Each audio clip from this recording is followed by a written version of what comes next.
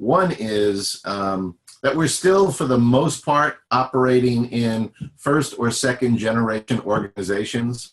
And by that, I mean, as far back as you want to think about organizations and industry, we still operate pretty much like a hierarchical type of organization with a lot of structure. But a lot is now changing. And so technology is really driving innovation in ways that is being very disruptive.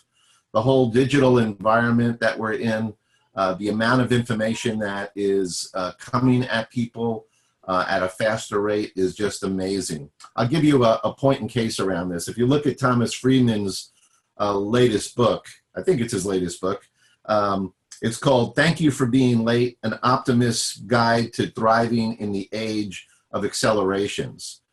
He makes a really important point in this book in the sense that if you look at the technology curve that's going on right now, it pretty much is like a straight line up. I mean, it's exponential growth at a fast rate. You could think of it as big data, AI, all the stuff, the sensors, everything that's being monitored, the collection of data that's just really unbelievable. But then if you look at the adoption curve, it more goes like almost across, maybe a slight rise to it. So these two curves, if you have one going up and one coming across, what Thomas Friedman says is somewhere up in this area is where we are today in terms of technology. But the growth is happening so fast, and the lag between organizations and human systems and technology is growing, and it's growing at an exponential rate.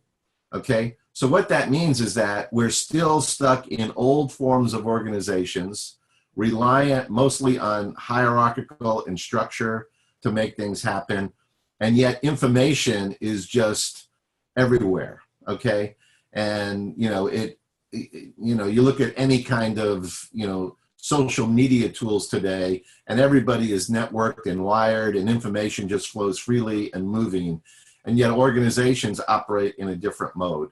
So that's a key driver to what is changing in the environment. Okay, another factor that's a little bit different is that traditional organizations, and again, most organizations today, really focus on optimizing their business. Okay, they don't have the ability to truly be what we call ambidextrous. Okay, so that they work for that quarterly result, right, to really reduce costs, to really make the organization as efficient as it can, standard processes, procedures, all of those things that make organizations function really well. They overlay on that innovation because they're trying to get growth and they're trying to get innovation. But traditional ways of managing that often don't work, because what happens is the optimizing part of the organization is like a big flywheel, right? So it is moving and it operates in a certain way with as much efficiency as it can. And when innovation comes in, innovation needs freedom and space to actually create things, break rules, procure things differently, partner differently, all sorts of different ways of doing things. And so there's a need for managing in a more ambidextrous way and protecting innovation in that way. So that's another driver. And then I think the third major point here is that organizations are now operating much more as ecosystems.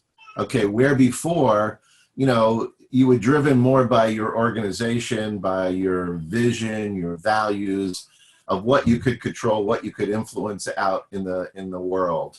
You'd have supply chains and other things that connect you to the world. But now the unit of analysis really that we're looking at is ecosystems. And ecosystems have a plethora of partners, of different things that are going on, everything from government regulation, everything about that particular industry and all the players in that environment, and all the moves that are taking place. So it's a much more dynamic, larger kind of context that leaders have to hold. And so many things are happening now on a daily basis that it's really hard to stay up with that and in control of that. So if you step back from that, net, the world is rapidly changing. Technology advances are happening at a faster rate, at an exponential rate. The business environment is growing much more complex, around these ecosystems, and really having to wrap your mind around that and how you're going to play a game with a lot of partners and not just by yourself. And yet we're still operating in this generation, first, second generation organization model that really cannot adapt to that kind of a environment. So that's some of the major context pieces that I would say are really important to consider.